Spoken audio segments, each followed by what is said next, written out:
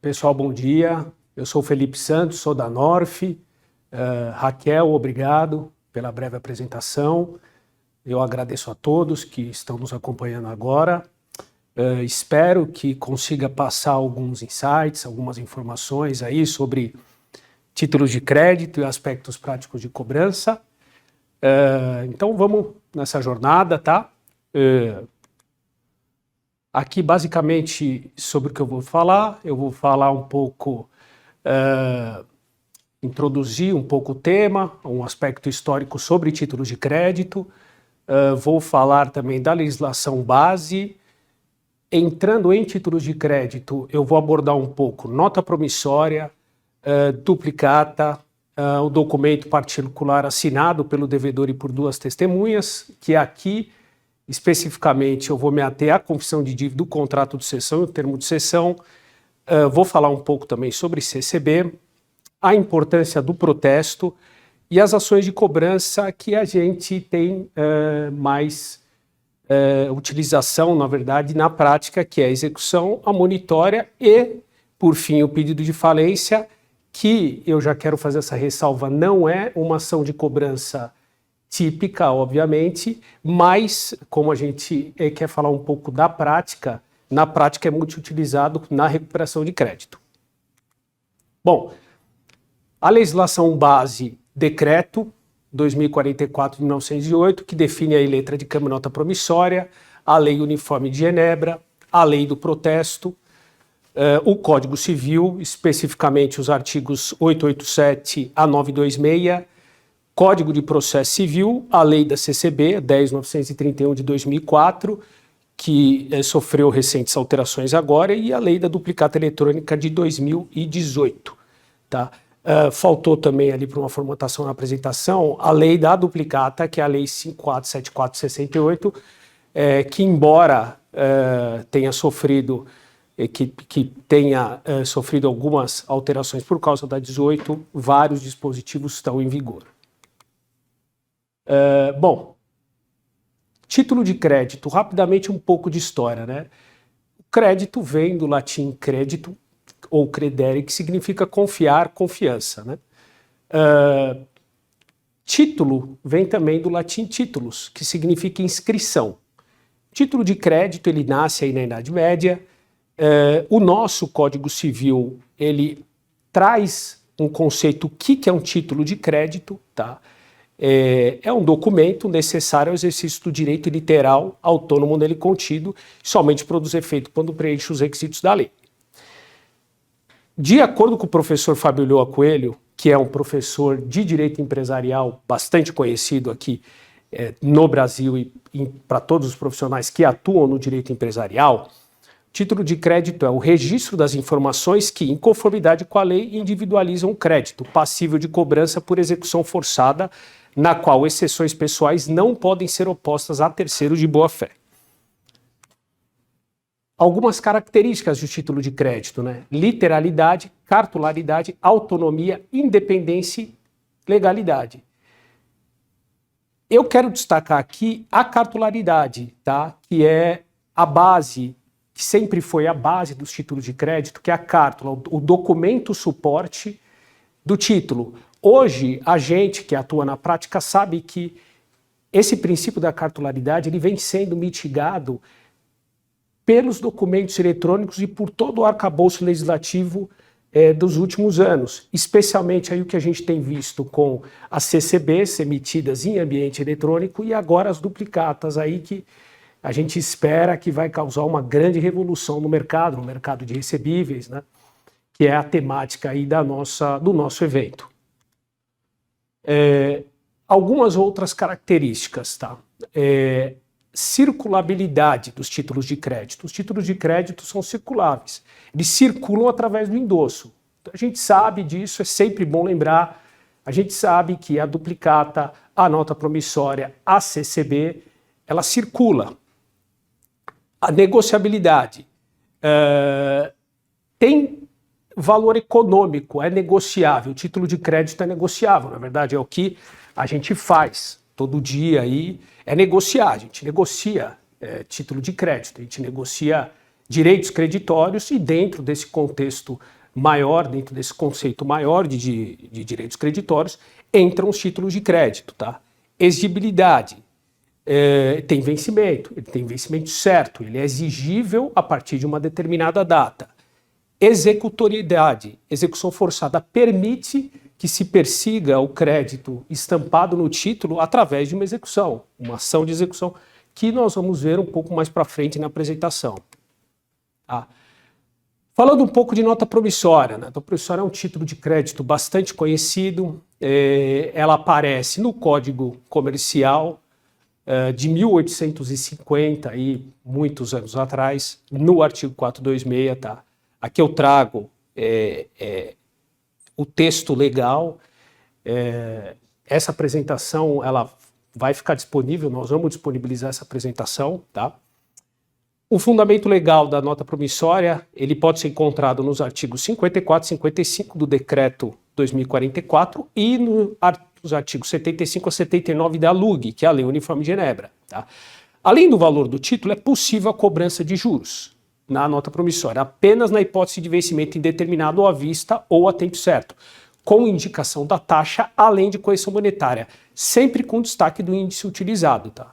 Nesse sentido, a gente tem aqui um julgado, tá, do STJ nesse sentido. A nota promissória não perde a sua característica de liquidez por conter indicações sobre critérios para o cálculo do valor atualizado do débito, complexidade que não pode ser alegada pelos devedores. O avalista responde pelo valor constante da nota promissória com os acréscimos nele previstos expressamente. Tá? Então, é um julgado que comprova aí, que vem de encontro ao que a gente está falando, tá? Essa permissão de cobrança de juros e aplicação de correção monetária no bojo da nota promissória, tá? Conceito, né? Nota promissória é um compromisso de pagar a outra uma certa importância em dinheiro, ou simplesmente uma promessa escrita de pagar que uma pessoa faz em favor de outra.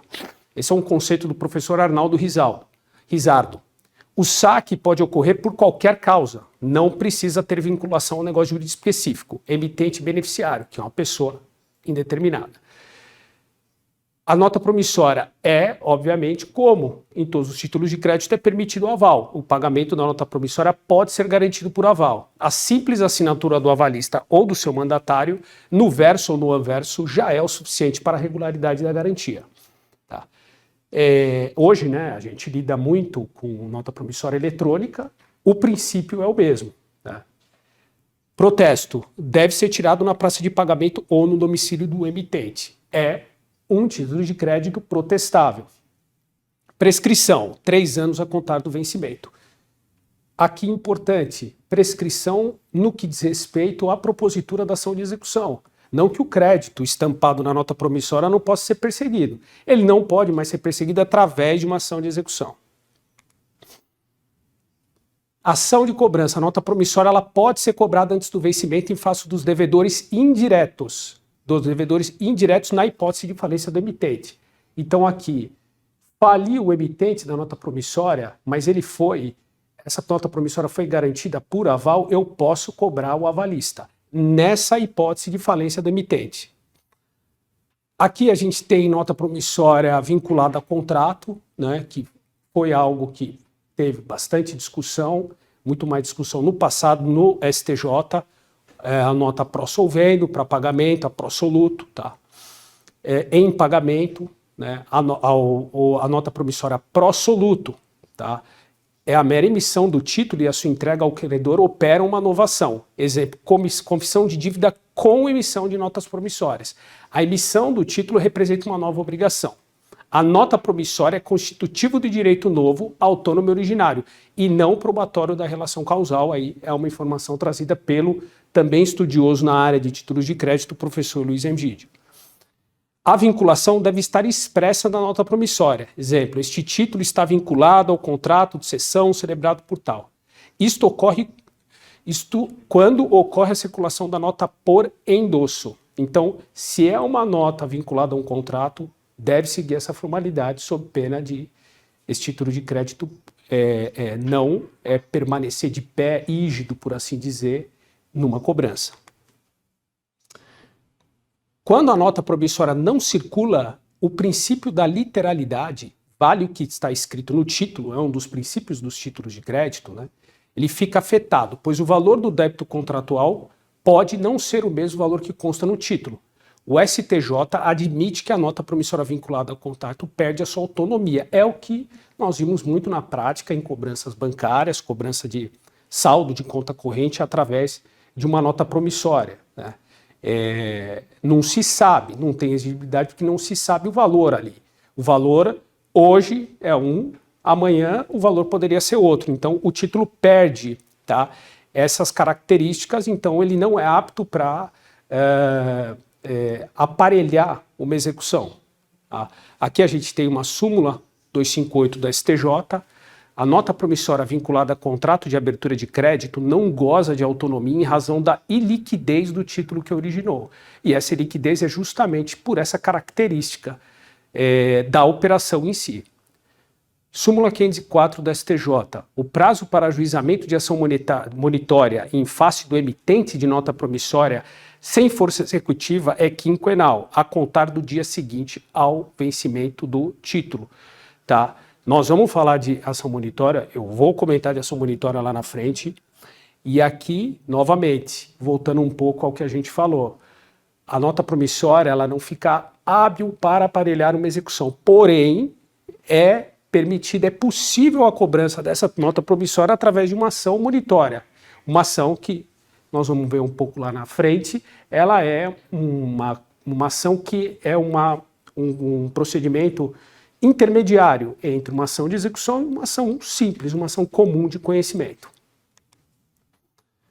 Duplicata. Duplicata é um título bastante conhecido, né?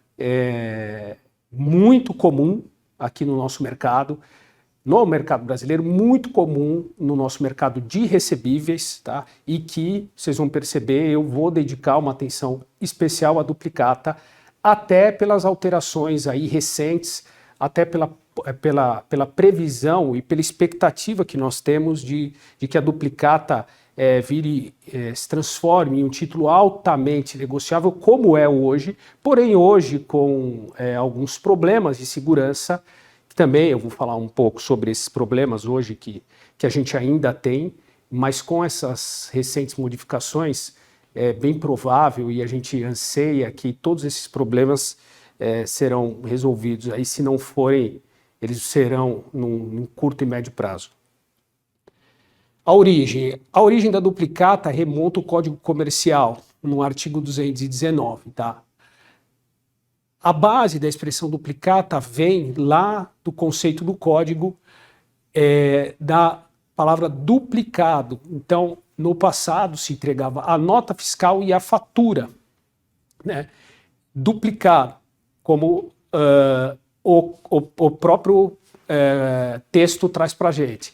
Nas vendas em grosso ou por atacado entre comerciantes, o vendedor é obrigado a apresentar ao comprador por duplicado, no ato da entrega das mercadorias, a fatura ou conta dos gêneros vendidos, as quais serão por ambos assinadas, uma para ficar na mão do vendedor e outra na do comprador.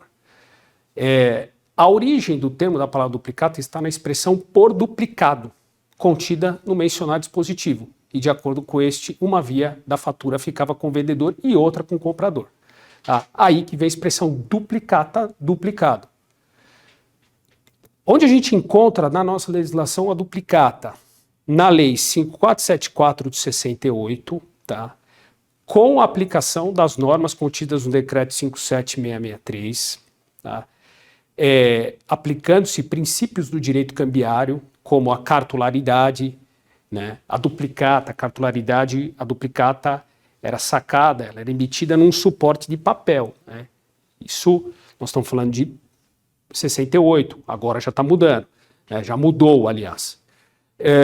Literalidade, autonomia, são princípios do direito cambiário que se aplicam à duplicata também, embora a duplicata seja um título de criação brasileira, como nós vamos ver. A Lei 13775 de 2018, que é a lei da duplicata eletrônica, que ela dispõe sobre a emissão da duplicata sob a forma escritural, reforçando a questão da desmaterialização dos títulos de crédito. Desmaterialização. Os títulos de crédito, especificamente a duplicata, estão passando por esse processo, que é a perda do suporte em papel para o suporte eletrônico. Não é o que nós temos hoje. Hoje nós temos uma duplicata virtual, tá? Ela existe virtualmente em relação ao papel, mas ela não é eletrônica, ela não foi emitida num ambiente eletrônico regulado, onde todos os atos cambiários, como o aceite, que vai muito importante, que a gente vai falar um pouco mais para frente, onde todos os atos cambiários, voltando como o aceite, podem ser praticados lá nesse ambiente eletrônico. Hoje não, hoje nós temos uma duplicata virtual. Hoje, quando a gente até executa uma duplicata, ou quando a gente adquire essa duplicata num FDIC, por exemplo, a gente adquire uma duplicata virtual, a gente não adquire mais a cártula, o papel, a gente adquire aquele arquivo assinados, né, pelo emitente, pelo sacador da duplicata. Tá? Futuramente, a gente vai negociar e nós vamos adquirir essa duplicata num ambiente eletrônico regulado, que é o que a mais nova legislação aí já tem trazido para nós. A duplicata, ela é um título causal, ou seja, o saque da duplicata ele vai apenas ocorrer se tiver uma causa subjacente, como uma compra e venda ou uma prestação de serviço. A duplicata é vinculada a uma compra e venda mercantil ou uma prestação de serviço. Eu não posso sacar uma duplicata para representar um outro tipo de crédito ou um outro tipo de negócio jurídico que não sejam esses, a compra e venda mercantil e a prestação de serviço. Tá? A duplicata é um título de criação brasileira, emitido pelo vendedor, credor do título, tecnicamente chamado de sacador, aquele que saca, contra o comprador, ou sacado, ou o devedor da duplicata, que representa um direito creditório ou recebível detido em face de um terceiro, o qual deve ser vinculado a uma relação negocial entre as partes, consubstanciada em uma compra e venda mercantil ou prestação de serviço. Tá? Aqui eu trago para vocês, coloquei na apresentação um julgado aqui do Superior Tribunal de Justiça, reforçando isso que nós estamos dizendo sobre a causalidade da duplicata. Tá? Portanto, a duplicata é um título de crédito causal vinculado a operações de compra e venda de mercadoria ou de prestação de serviço. Aceite. Aceite da duplicata é um ato cambiário de extrema importância para nós que cobramos e negociamos duplicatas. É o ato pelo qual o comprador, o tomador de serviço, ou, na terminologia cambiária, o sacado, o devedor do título, formalmente manifesta a anuência necessária para o aperfeiçoamento da duplicata.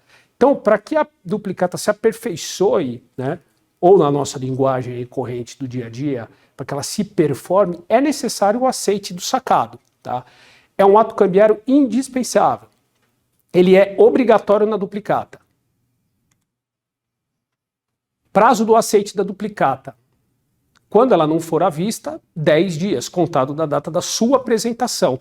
Lembrando, pessoal, aqui, hoje a gente tem disposições na lei de 1968 e a lei de 2018. Ambas estão em vigor, tá?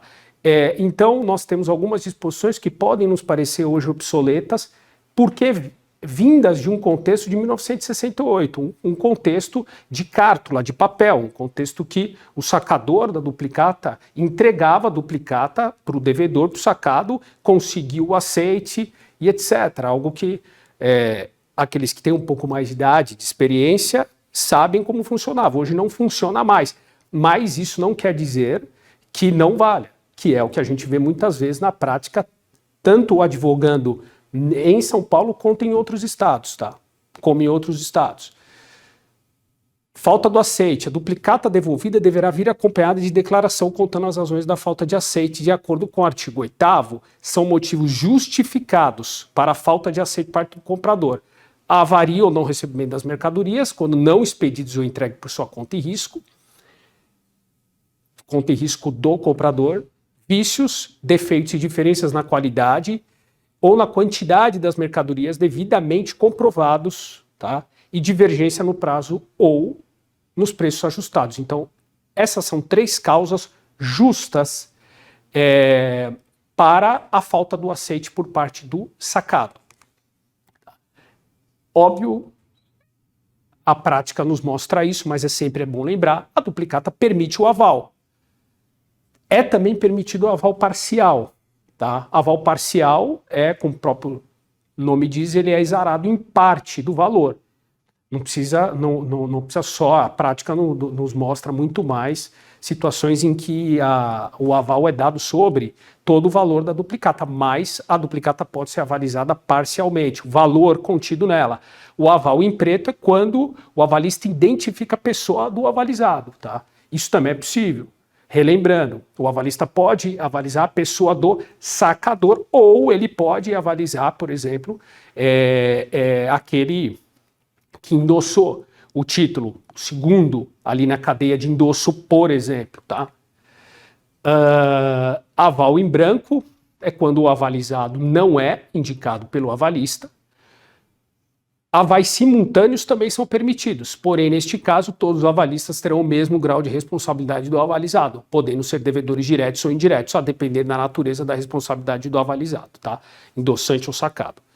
O aval após o vencimento é expressamente permitido. A duplicata, o protesto da duplicata. A duplicata pode ser protestada em quais situações? Falta de pagamento, falta de devolução e falta de aceite. Falta de pagamento, óbvio, inadimplemento puro. Falta de devolução. Lembrando, a lei é de 68, então era a praxe remeter a duplicata para que o sacado desse o aceite. Então, o sacado poderia reter essa duplicata com ele. E aí o sacador não sabia se essa duplicata foi ou não aceita, o que está acontecendo. Então, o protesto pode ser lavrado por falta, ou melhor, pode ser tirado por falta dessa devolução. E a falta de aceite também. Então, poderia acontecer de a duplicata ser remetida para o aceite, ser enviada para ser aceita e ser devolvida sem o aceite. Tá? E sem aquelas causas justas também, de ausência de aceite que a gente estudou no slide anterior. Se o protesto não for tirado de forma regular e dentro de até 30 dias da data de vencimento, perde-se o direito de regresso contra os endossantes e avalistas da duplicata. Isso é muito importante, pessoal, porque não raro em situações práticas, dentro de uma negociação e no calor e na dificuldade que muitas vezes é uma negociação de recuperação de crédito,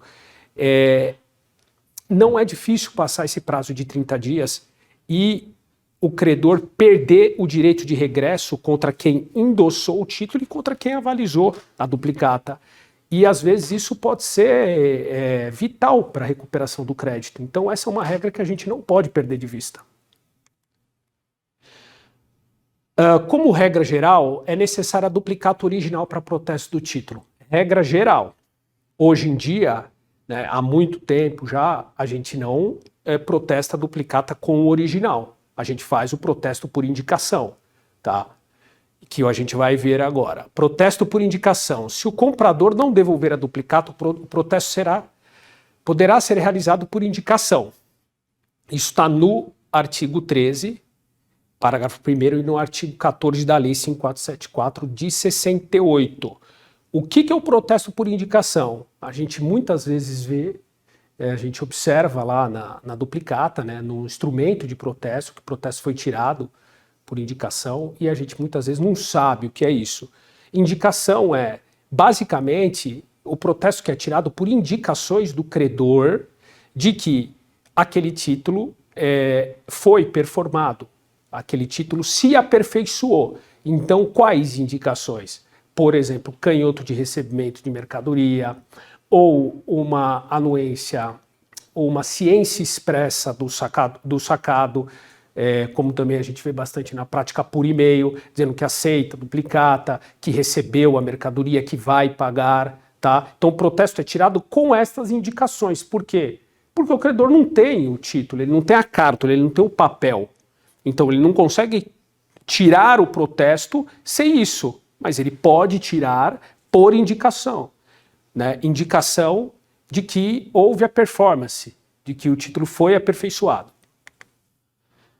O protesto por indicação é muito comum na prática, pois, como visto anteriormente, o aceite e a devolução física do título praticamente não ocorrem mais atualmente. Mesmo no passado, a sua ocorrência era limitada a poucas praças no território nacional, né?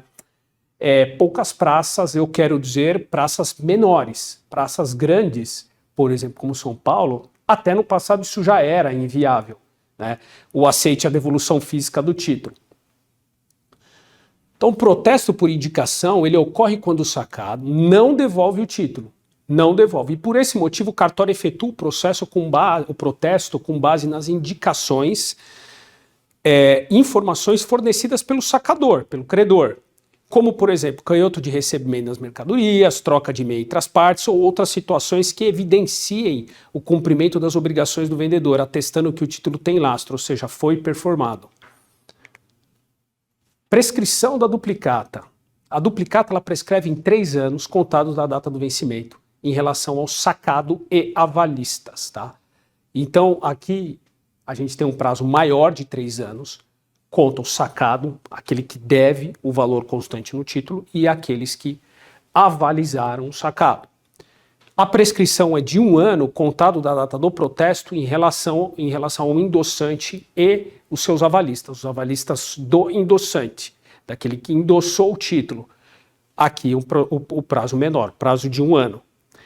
1 ano também, contado da data em que haja sido efetuado o pagamento do título, em relação a qualquer dos coobrigados contra os demais. O regresso. O regresso também tem um prazo menor. Então, o prazo maior de 3 anos é com relação ao sacado, que é o devedor mesmo do título, e o avalista, aquele que avalizou o devedor do título, a lei confere um prazo maior.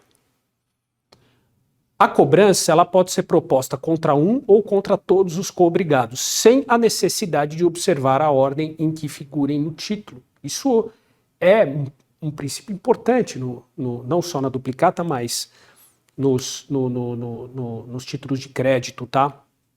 Diferente um pouco quando a gente pensa em fiança, né?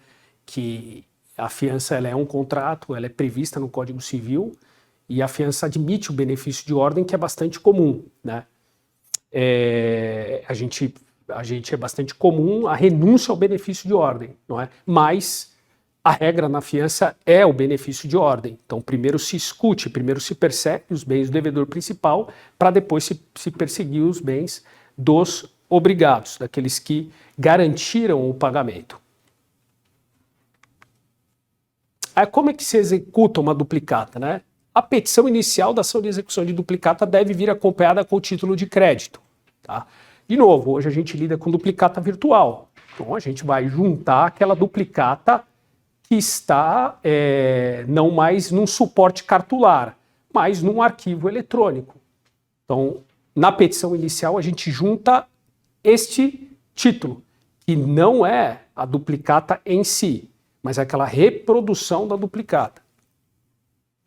O foro competente é o da praça de pagamento do título ou outra de domicílio do comprador. Se a ação for direcionada para a cobrança do sacador, do endossante ou avalista, a competência será do domicílio destes.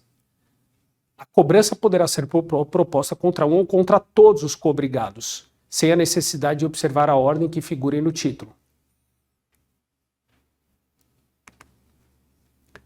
Aqui, pessoal, eu separo a duplicata sem aceite, que está no artigo 15, inciso 2 da lei de duplicata, e a duplicata aceita. Na duplicata que não foi aceita, é indispensável o protesto.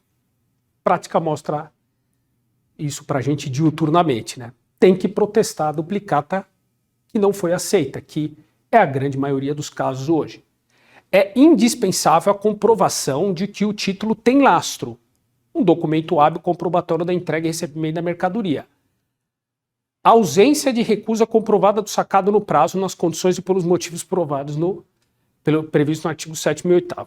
Então, aqui na duplicata sem aceite, como o aceite é um ato cambiário de extrema importância, a cobrança dessa duplicata pressupõe protesto.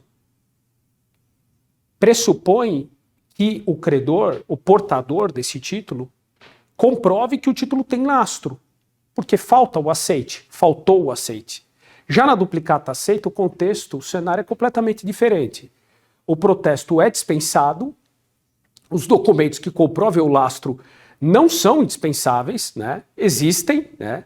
Óbvio, a duplicata foi aceita, então ela se performou, e a duplicata pode ser dispensada caso o sacado comunique por escrito ao apresentante o aceite à retenção. Isso é interessante. A duplicata, lá, se a gente quiser protestar para começar a cobrança, a gente pode, nesse caso, a duplicata pode ser dispensada, se o sacado comunicar que reteve o título e etc. Tá? E reteve, que ele aceitou e reteve o título. Então, quando a duplicata é aceita, é o melhor cenário. Né? É o melhor cenário para cobrança, é o melhor cenário de segurança jurídica, e aí ele dispensa, esse cenário dispensa os cuidados do cenário anterior.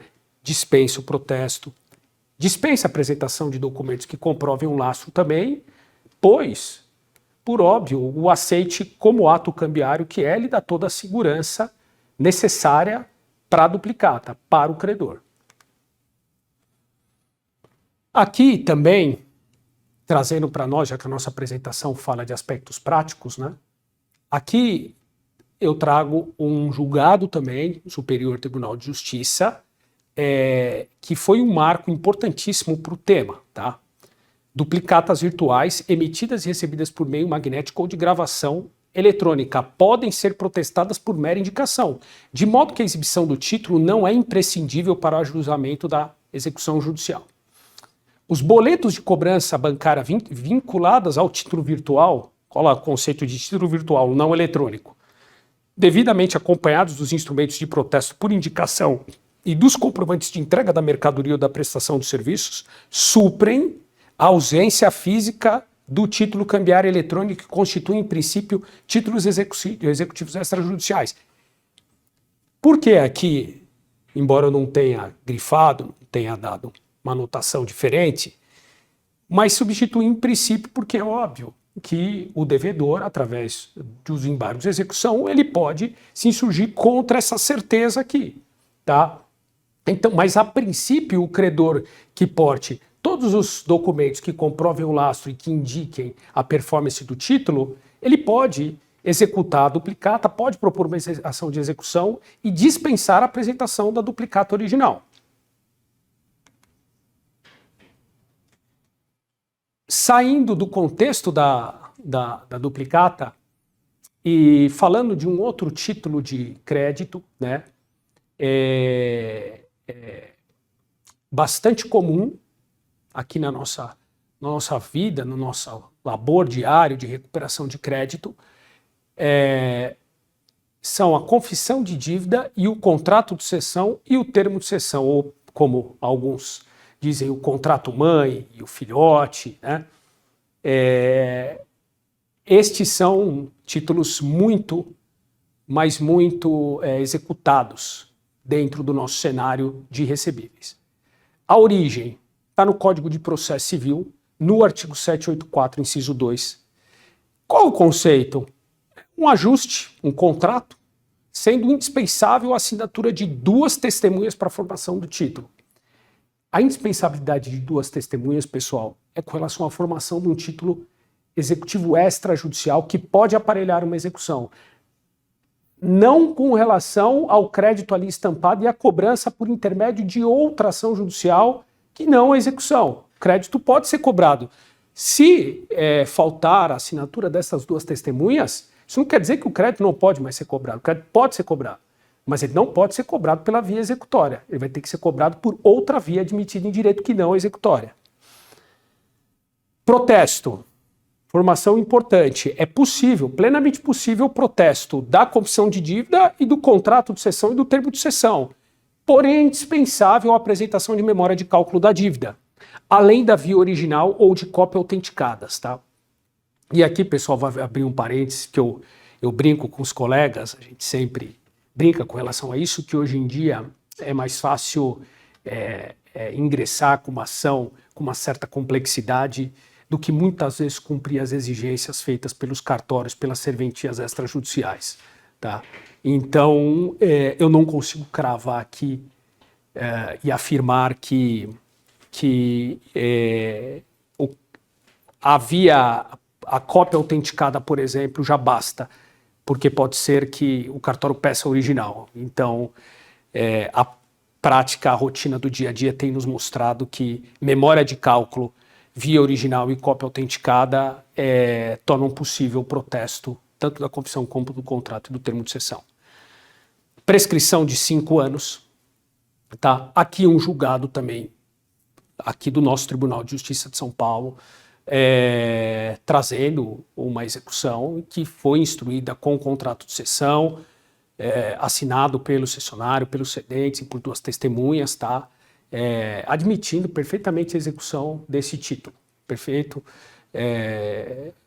Isso já é bastante superado, tá? Então, esse é um título que já passou aí pelo crivo do judiciário ao longo dos anos e nós não temos tido problema na prática com a execução de uma confissão de dívida, um contrato acompanhado do termo de cessão. Idem para recuperação judicial, porém não com o caráter de executoriedade, mas aqui eu trago para vocês um julgado interessante da lavra do desembargador Carlos Roberto Garbi, excluindo o crédito representado por contrato e termo de cessão do concurso de credores, uma vez que no momento em que o cessionário adquire aquele direito creditório e paga por ele para o cedente, a cessão se aperfeiçoou, tornando-se perfeita, portanto, ela não concorre junto com outros credores no concurso. Tá? Então, aqui eu trouxe um julgado nesse sentido bastante interessante no nosso ponto de vista. Fiança o aval. O aval se aplica para títulos de crédito. Outra confusão que a gente vê avaliza, a fiança. Não, o aval é para títulos de crédito e a fiança cabe em contrato. Quanto à fiança, vamos lá, o aval se aplica para títulos de crédito enquanto a fiança tem por objetivo garantir o cumprimento das obrigações contraídas nos demais instrumentos jurídicos. Tá? Nota promissória, confissão de dívida, respectivamente. Então a nota promissória ela é avalizada, a confissão de dívida ela é afiançada. Diferenças entre aval e fiança. Anuência do cônjuge, indispensável na fiança e dispensável no aval, se o título de crédito for regido pelo Código Civil. Benefício de ordem. No aval, o credor pode cobrar diretamente do avalista, mesmo que o avalizado tenha condições de pagar. A fiança admite o benefício de ordem. Porém, é muito comum na prática o fiador renunciar ao benefício. A gente sabe disso.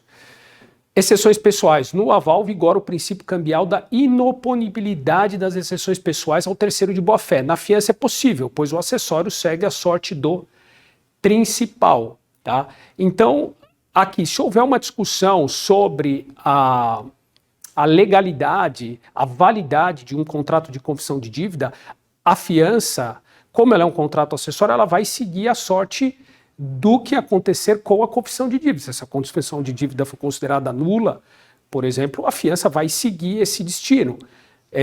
Já diferente num aval, como ele é dado no título de crédito, o título de crédito, ele tem essa característica da inoponibilidade das exceções pessoais ao terceiro de boa-fé. Então, aquele portador do título, ele não pode sofrer nenhuma diminuição no direito dele com relação ao título de crédito. Tá? A CCB também bastante conhecida, um certo crédito bancário. A origem dela é na Lei 10.931, né? Ela assemelha-se à nota promissória porque ela contém uma promessa de pagamento. Fundamento legal está lá no artigo 28, tá aqui transcrito.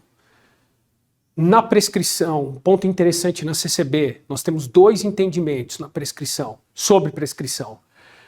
Um entendimento é o trienal, que a prescrição da CCB se dá em 3 anos a partir da data do vencimento, e o quinquenal. Tá? A posição que predomina no STJ é a trienal. Tá?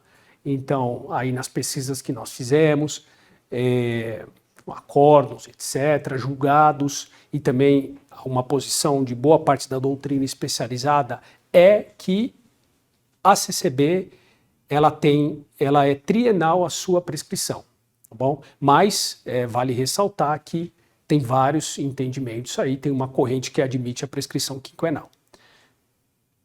Para o protesto, ela também é passível de protesto, tá? Porém, indispensável a apresentação de memória de cálculo, além da via original de cópia autenticada. O credor deverá apresentar declaração de posse da sua única via negociável, mesmo no caso de protesto parcial. A execução judicial é necessária a apresentação do título original, não se admitir na instrumentalização digital ou cópia. É a regra. Porém, caso o título tenha sido emitido de forma escritural, por meio de lançamento em sistema eletrônico de escrituração, é permitida a apresentação da certidão de inteiro teor da CCB. Tá? Essa informação ela está no artigo 27A e 27C da Lei 10.931 de 2004. Aqui tem uma questão importante na CCB, o excesso de execução, que está no artigo 28, parágrafo 3º. O credor que cobrar um valor em desacordo com a CCB ficou obrigado a pagar o dobro do valor cobrado a maior, o qual poderá ser compensado na própria ação. Tá? Então, muito cuidado com memória de cálculo, bastante cuidado na hora de executar uma CCB. Por quê? Porque a lei é clara com relação a essa penalização do credor. Falando rapidamente sobre protesto, é sempre bom lembrar, o que é o protesto? O protesto está lá no artigo 1º, o conceito de protesto no artigo 1º da Lei 492 de 97, a Lei do Protesto. O protesto ele é o ato formal e solene pelo qual se prova a inadimplência e o descumprimento de obrigação originada em títulos e outros documentos de dívida. Então, o protesto ele é formal, ele segue uma forma definida por lei. Ele é solene, ele tem um processo que é necessário que se respeite certas solenidades, certos passos que a própria lei traz. Tá?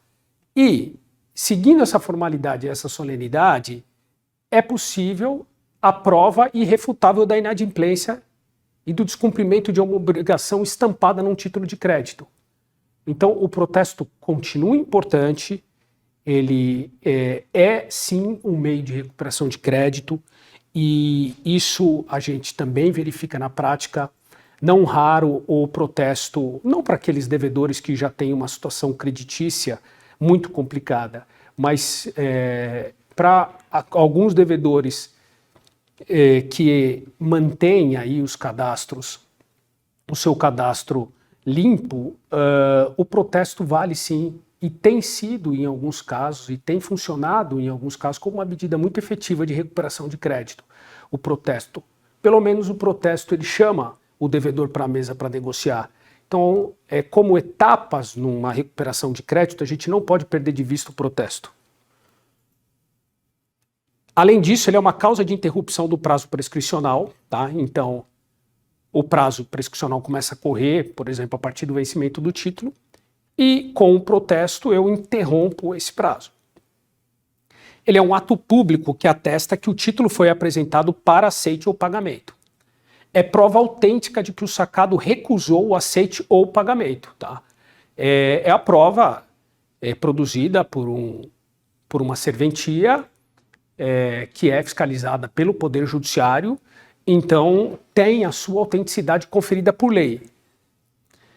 O protesto é um ato solene, uma vez que deve atender a determinadas formalidades legais, caso contrário será considerado nulo.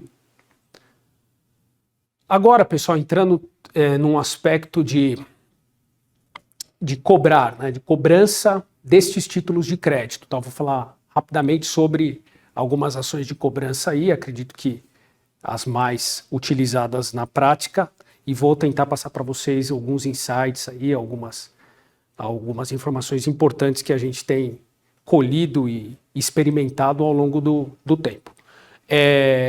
A petição inicial de uma ação de cobrança, né, ela, além dos requisitos genéricos de toda a petição inicial, ela precisa conter o título executivo extrajudicial, um demonstrativo do débito atualizado até a data da propositura da ação, contendo o índice de correção monetária adotado e a taxa de juros. Na falta de algum requisito, o juiz determinará a emenda da inicial em 15 dias sob pena de indeferimento. Aqui, mesmo que ocorra indeferimento, pode-se propor a execução, pode-se propor nova ação. Só que aqui, pessoal, como muitos de vocês sabem, aqui o problema é de custas, né? Perder dinheiro mesmo. Né? Estar sujeito a um indeferimento e isso acontecer é perda de dinheiro na prática. Vai perder tempo, vai perder dinheiro com custas e que, dependendo do crédito perseguido, do crédito executado, são valores bastante relevantes. Se a petição estiver em ordem, o juiz vai ordenar a citação para o executado pagar em 3 dias, executados, a contar da citação e não da juntada do aviso de recebimento do protesto. Isso é muito importante, tem bastante gente que ainda confunde. Prazo de 3 dias é a contar da citação, não da juntada do AR. Tá? Então, com essa informação em mente, a execução pode ser muito mais célere do que às vezes a gente vê. É a penhora. Alguns bens são impenhoráveis, e aqui eu trago para vocês, tá? Alguns bens cuja lei atribui a característica da impenhorabilidade, tá?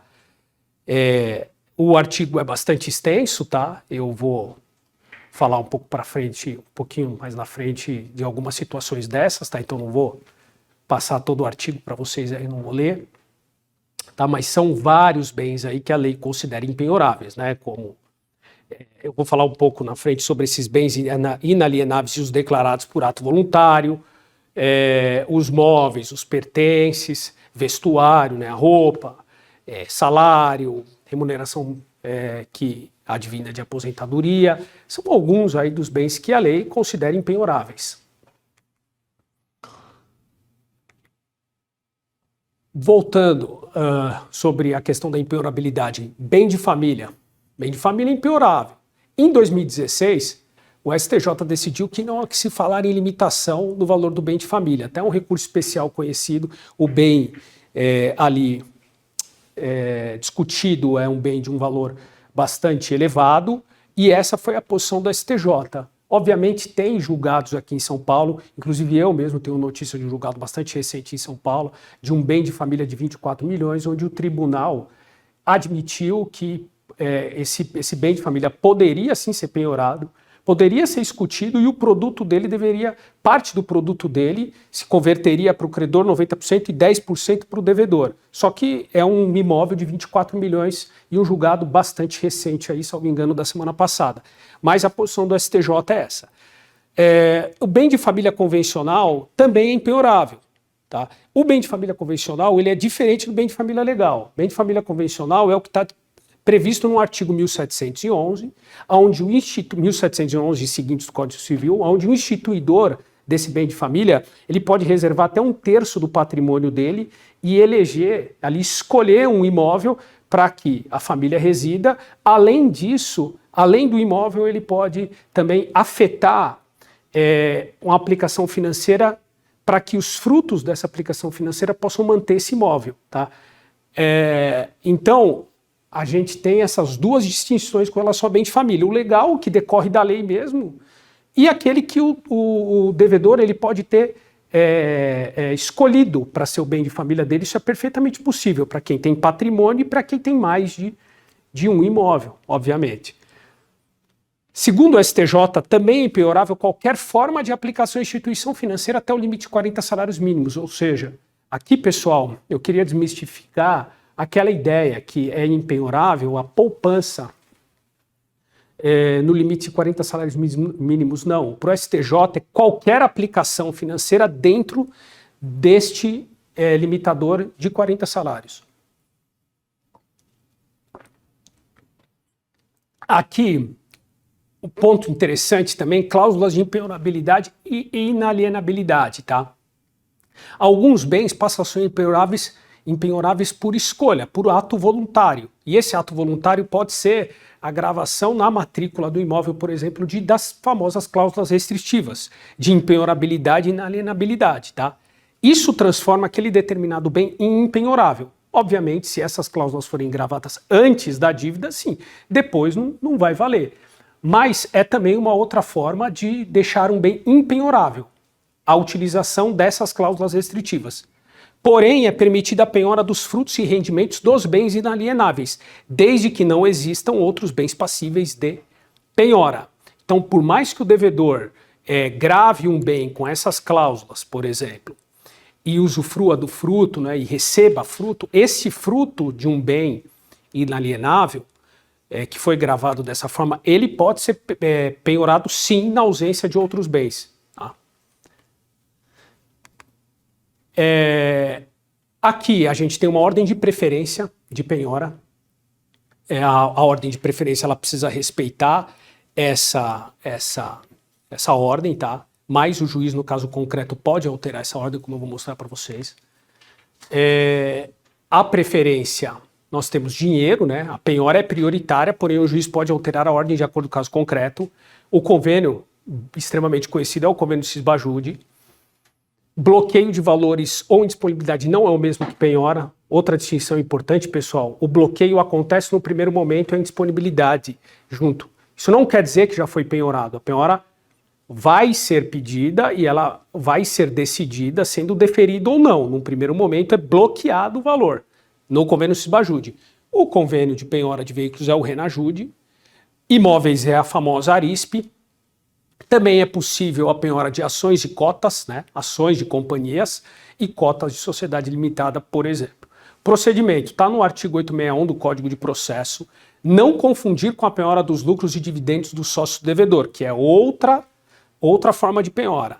Percentual do faturamento é comum hoje em dia, tá?